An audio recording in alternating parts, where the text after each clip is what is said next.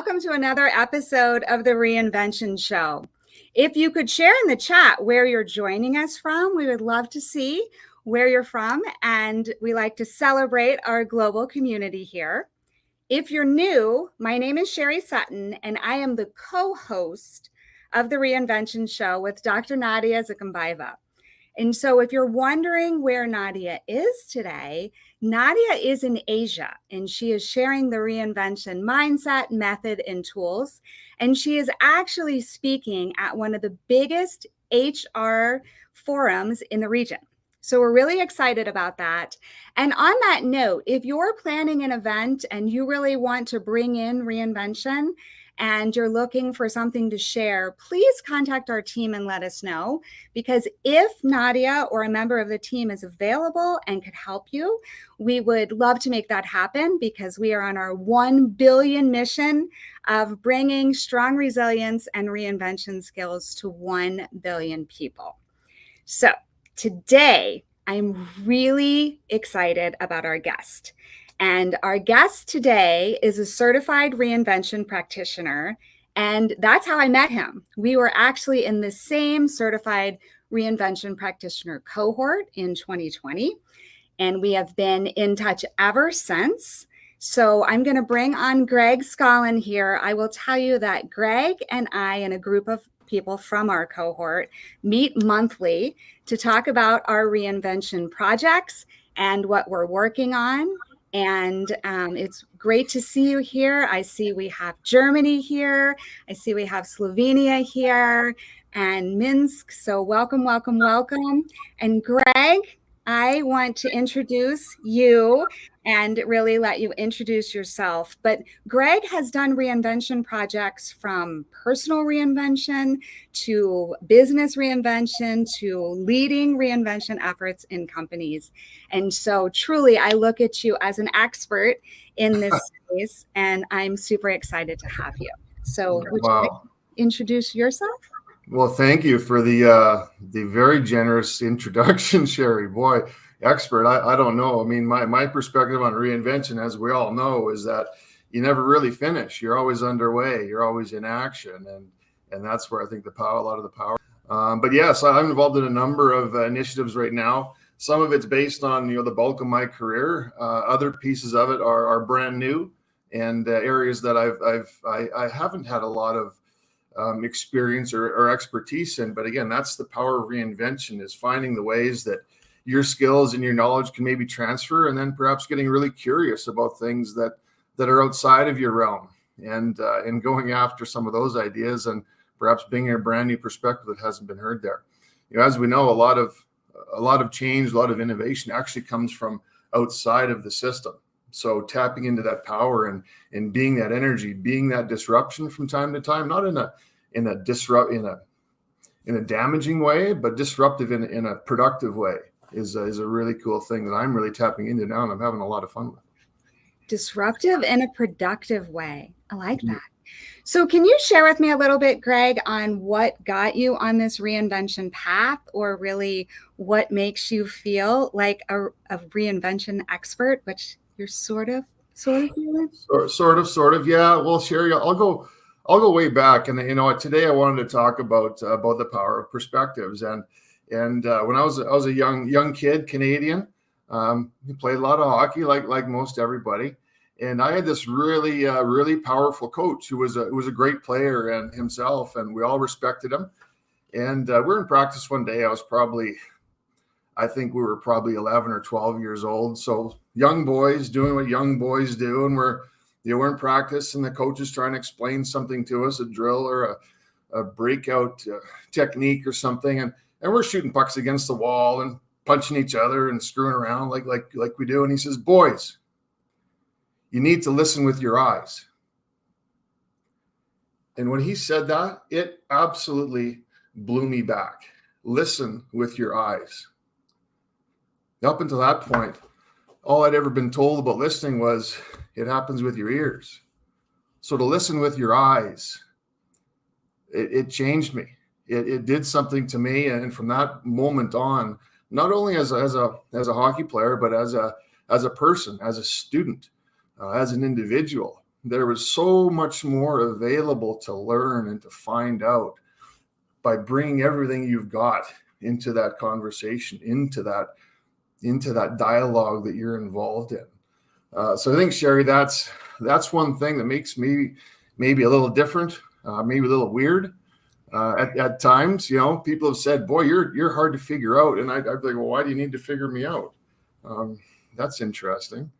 So I think it goes right back to that time. I remember it vividly, like it was yesterday. And that coach in that moment, he's been coaching me ever since. Listen with your eyes. I really like that. And what was the impact on the team with listen with your eyes? We had a good team. We had a lot of skilled people, but we were probably underachieving. At that point in time, we were young boys. We were 11 or 12 years old, but in Canada, it's a big thing to go to the provincial championships. So that might be the state championships or what have you elsewhere. And we won the provincials that year. So I don't think we can go back and say it was because of that incident, but maybe that was an ingredient along the way, that we listened better and we found out more and we got more from the communication, not only from, the coach or the leader or the teacher to us, but maybe amongst each other as well. And a lot of those players have gone on to exceptional things. One of them is a coach in the NHL right now. So we had people have worked all around the world, senior executives, traveled, very successful people. And that's one team that really stands out for me, as some people who really got someplace. Maybe it was because of the leader we had in that coach. I love that. And Olga here is sharing she also likes disruptive and productive. So I wonder, in thinking about that, and that kind of reminds me of the reinvention mindset, is there a specific story that you might want to share, or something you'd like to share with us on reinvention? Well, there really is, and if I could share my screen really quickly, I think this is kind of a fun way to have a look at it. And I really do need to call out my buddy William Hansey, who I've been in a conversation with about perspective for a few months now. So he was really a key guy I'm having a conversation with on this. So can we see this here? Yep, just a moment. I'll be able to. So this is when it's up there, traditional map of the world, right? So from our perspective, this is pretty common. We all know what this looks like, and it looks pretty familiar. And if I can jump to my next slide, here's a completely different perspective on the world. The world map according to fish. So if you think about that for a minute, just the power of the perspective of another being in this world, another thing, another person. We're all products of where we came from. We're all products of our upbringing. We're products of our education. We're products of our culture and our community. We're products of what we learned in the companies that we might have been a part of. So to see that what we have and what we bring is probably produced just from where we've been. But we've never been a fish. We've never really seen what they need to deal with and what their world kind of looks like. Well, what about the same for someone who comes from a different company or a different industry? Imagine the power of tapping into their perspective. And I think if we spend some time trying to figure that out, we can all be better for it. I love that. And you are correct. I have never been a fish. Yeah. And we have a comment here from a LinkedIn user that says, this is really going to align. So this afternoon, the Global Alliance of Reinvention Professionals is having an expert hour on gratitude. And it's all about the level to shift perspective. So in shifting perspective, what are some other ways that you're doing that right now? Well, there's one video that I'll point to, and maybe we can put it up there. But and again, kudos out to my buddy William. It's a video by Carl Sagan, and it's called The Little Blue Dot. And if you really want to blow your mind on shifting a perspective, watch this video. It's about 3.5 minutes, and he accompanies it with an incredible speech. So it really puts things in almost an incomprehensible level of understanding. It takes you a few views to really get at what he's pointing towards. I won't give it away by saying too much about it, but that video I find is a real powerful way to absolutely get to the ultimate level of what perspective means in the world today and for the world. It sounds like we need to have you and William Hansey on the show together, because you've had some amazing discoveries together. We have. So what are your favorite tools that you're using right now in Reinvention, and how is that helping bring your work forward and helping you move? You know, the one thing I wanted to touch on a little bit deeper before we get to tools, Sherri, is you know, it being part of this community, we all come across situations where we bump into resistance. There's always bits of resistance that tend to show up, and so often that resistance has to do with a mindset. I mean, here we are coming in with this new idea called reinvention, and everyone knows the word, everyone can spell it, but we're using it in a bit of a different way. So I think our opportunity is to really embrace the fact that we're bringing something different, and the people that we're trying to discuss and we're trying to enroll in this idea of reinvention, like I said earlier, have come from a different place. So how do we get to a place where we can start to get a little bit closer together in our understanding of what even that word means, or what some of the tools that we're talking about have the potential to do? And so often I think the resistance, as we've learned, and as we now know, is that so much of that resistance comes from a fear. And I think it comes from the fear of not wanting to get out of your perspective, not wanting to be proven wrong. I also think that people are addicted to being right a lot of the time. So it takes a lot of guts to bust out of your perspective.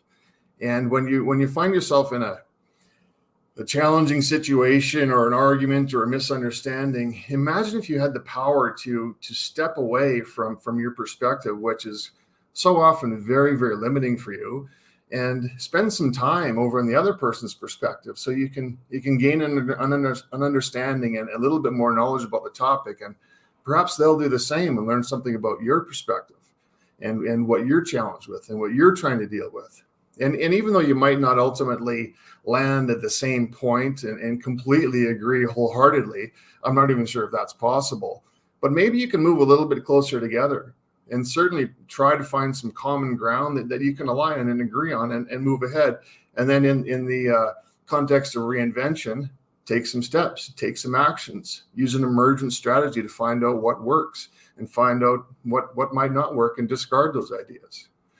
So to help explain that, Before you do that, Greg, we have to stop for just a second and really double click or unpack a little bit of what you've just said, because it was so powerful.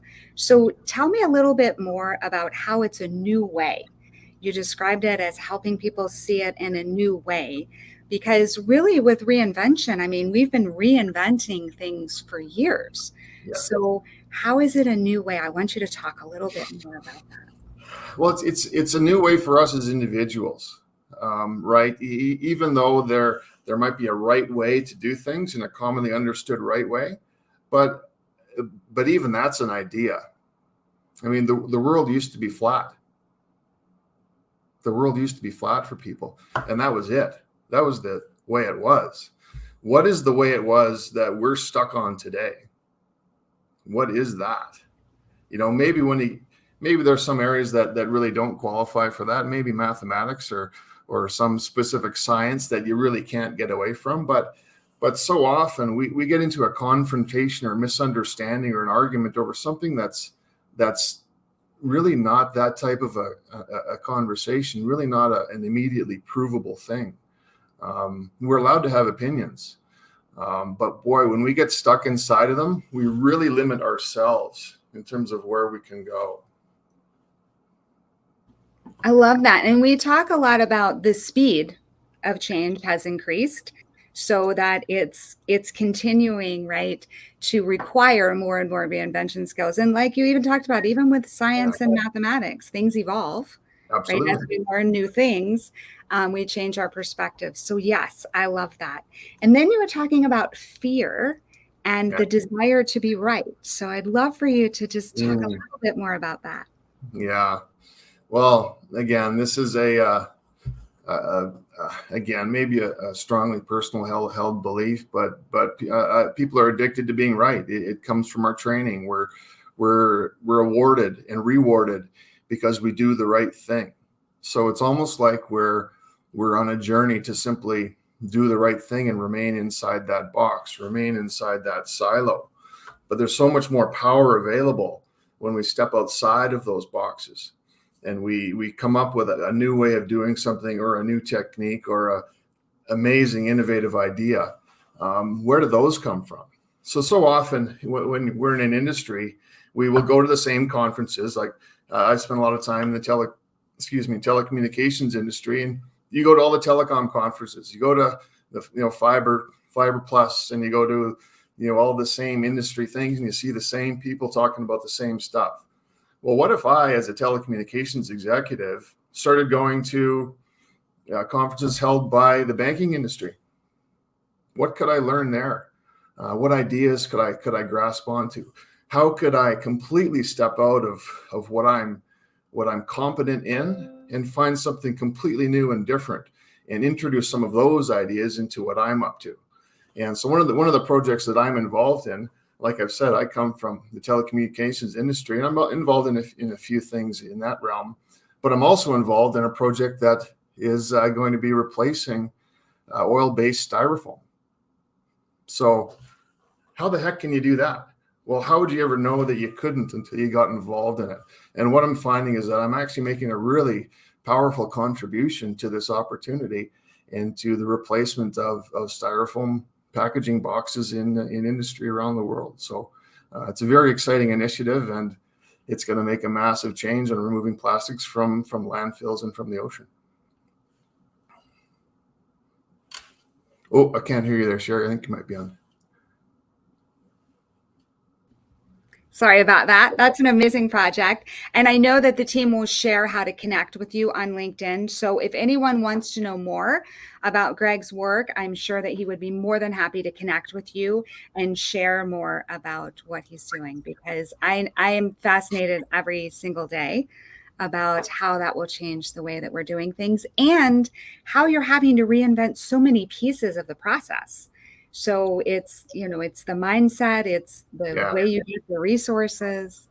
Yeah, the foundation is absolutely mindset, and even that's a difficult thing. I don't really have any deep understanding of what mindset is all about. It's kind of a woo woo sort of a term for me a lot of the time, but I think if you've got the ability to and the willingness to try on someone else's perspective. That's a mindset. That's an opportunity to break out of the one that you're stuck with and you live inside of, and try a different one and see what else is outside of that. So Sherri, I've got this little chart I wanted to share because I think this really helps me anyway explain what I'm kind of talking about. So, if you and I were like, we got this dot in the middle, and that's our issue. That's our challenge. So maybe you and I are having an argument about something. What's a topic that we could maybe chat about here? How about the Great Resignation or something? Oh, let's talk about that. That's a good one. Yeah. Yeah. That's a winner. So maybe you're an employer, and you're coming from this angle that, this is a problem. This is a real issue. How am I going to handle this? I'm losing my people. They don't want to work 8 hours a day anymore. There's so many issues that are coming at me as an employer. But over here, I'm the employee on the blue side. I can't quite see it. There we are. And I'm coming from the perspective of, Yeah, but I don't want to commute anymore. The price of gas these days is obscene. I can't afford to make that commute, that 45-minute commute every day, an hour and a half each day, burning all that fuel. And plus my lifestyle has changed so much over the last 2 years. Can't we find a way for me to continue to work from home and, maybe come in the office a little less often, until we really get off of our position and come outside of those lines a little bit. Once we do, maybe you move over here a little bit, and maybe once I get a bit of understanding of what you're faced with, I can come your direction. And now we're far closer together. Perhaps if we've got the capacity and the mindset that it's okay not to have to stay in our position and not to have to be right, we might actually find a solution or a situation that works for everybody. And then again, we can take it back to reinvention, try on some of our tools. There's so many good tools that we could use to give us action simply by looking at this. And I also think that this is a two-dimensional sort of card here. There's no way any perspective is just 2 dimensions. So here's my fancy artwork. What if we took that out to 3 dimensions? Now we can really see how complex perspectives can be. It's a very, very interesting world once we start playing in the fact that there's so many different dimensions. And if we're all talking about the same topic in the middle, there are going to be a multitude, an absolute multitude, a globe, if you will, of different perspectives on that idea, on that issue. And they all have value, and they all deserve to be heard. So I just wanted to share that little guy with you. I love that. And you know what I love the most, if you can hold it back up, is when you made it so it wasn't 2-dimensional. Look how much closer the blue and the red were able to come together. Absolutely. So, and it's so relevant because I actually was just talking to a client this week about that same issue. And that was their challenge, is they don't want to ask the employees to work anymore because they're so afraid that they'll quit. But the work still needs to be done. And so the partners are doing all of the work. Yeah. And so long term, that's not sustainable either, because who's going to be able to do that? So I love using the different tools and bringing it together. Yeah. But if that employer had the relationship perhaps, or the guts or the mindset, like we're talking about, to engage that conversation with their employees are going to have all kinds of fantastic ideas. And they're going to, I didn't know that you thought that. There's just so much that's going to come from engaging that conversation. And instead of just listening and wanting to be right, my perspective is right because of all the stuff I learned. I'm an expert at it. I'm the best. If I don't want to look bad here as not having all the answers for you because I'm the business owner, man, if you get a little bit vulnerable and share some of the challenges, you're going to have a far greater opportunity of finding some common ground. And then I think our reinvention tools can jump in there and be some of the tools to get that dialogue going and get some ideas on paper. I feel like you were at that meeting with me, because that's exactly what we did. We started the conversation, and we're actually going to be using this Stellar canvas. There you go. You're an expert too. Yeah. So I love that. And that's great for consultants. That's one of the things that we're able to help people with, is really developing the reinvention mindset. So I have to ask you, you've talked about some tools today, but what's your favorite reinvention tool? Well, the one I've got going in my head all the time is the Toto Matrix. You were in the cohort with me when Nadi was really building that and designing it, and some of the words that I submitted are actually in it. So I've got a lot of passion around Toto Matrix because it's just in my head all the time. Why am I doing this? Am I facing backwards? Am I being a little bit too fluffy about this, or am I just fighting fires? And trying to keep everything you do in balance and giving all those pieces the respect they deserve. I find that's in my mind all the time.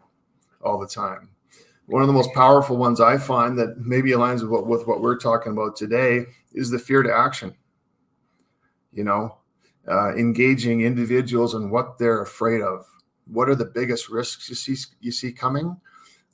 Goes places that it gets you into the undiscussables in a relationship, in an organization, in a company, in an industry. What can you not talk about? It gets you there very quickly. So that's one of my favorites as well. I'm going to have to write that down. It gets you into the undiscussables. Is that what you said? Yeah. The Yeah, undiscussable. that's a really good way of phrasing that. Things that you would not normally discuss. So I love that. So I see the team is downloading the links, but you can download the free copy, the first 85 pages of the Chief Reinvention Officer Handbook. And there you can find the Toto Matrix that Greg just talked about. And the Fear to Action tool is actually used in the Easy Reinvention Lab. And so hopefully the team can share a link for that. The next one is in August. And Greg, you've been a guest with us on the Easy Reinvention Lab. Is there anything you'd like to say about the lab? The lab's awesome. I've done it, I think, 4 or 5 times now, bits and pieces, depending on how the week's going, but it's fantastic. It's something everyone should do on a very regular basis. There's just so much, you get something new every time. And, it's like an exercise. If you're going to be a marathon runner, you don't just go jogging once. You do it again and again. And I see the Easy Lab as good training. This exercise you should keep on doing. I like that too. And I always recommend that people go because 1, it's free. So it's a great way to try it out. And 2, it'll give you actionable tools that you can use like that day. Like you can just start using them. And I know that I personally have drawn them out on a piece of paper in client meetings many times to start a discussion. So I wanted to let you know that was coming. So is there anything else? Our time is ending. I want you to stay longer. Anything else that you want to share with us before you leave us today, Greg? Well, maybe one thing I'll do, or I'll offer to anyone who's watching is reach out to me via LinkedIn or some other fashion. I'm not scared to share my email as well, but I've come up with sort of 3 steps that I want to try out. So if you'd like to find out these 3 steps about shifting your mindset and getting access to this thing called the power of perspective, send me a note and I'll gladly flip those back to you. Excellent. And do you want to give us a teaser on what those 3 steps will let us do? Oh, let me see. Well, the first thing will be confront your addiction to being right. Start there. Look at those areas where I'm right about this and really spend some time. Why am I right? Why am I thinking that way? What would be the opposite of me being right? If someone thought I was wrong, where would they be coming from? What's their perspective on this thing, on me being right about this thing? How can they shoot that down? Start there. Confront that and see if you've got the capacity to step out of your mindset. I love that. Just for that, I'm going to connect with you to find out the other 2. All right. Well, thank you so much for joining us today. It was great to have a conversation with you. I know I'll be talking to you soon about your project, so I'm excited about that. I encourage anyone listening to connect with Greg because A, he's amazing, and B, he's doing some amazing work in the world. So thank you, Greg. Thank you, Sherri. Sorry, I cut you off there. What were you saying? This has been a lot of fun. Look forward to the next one. It's been a lot of fun for us too, so thank you. And to all your listeners out there, thank you very much for tuning in to the Reinvention Show today. I encourage you to join us for the Easy Reinvention Lab in August if you're interested in learning more tools. And I love for you to join us next week for the Reinvention Show. So thank you, everyone. Have a great day.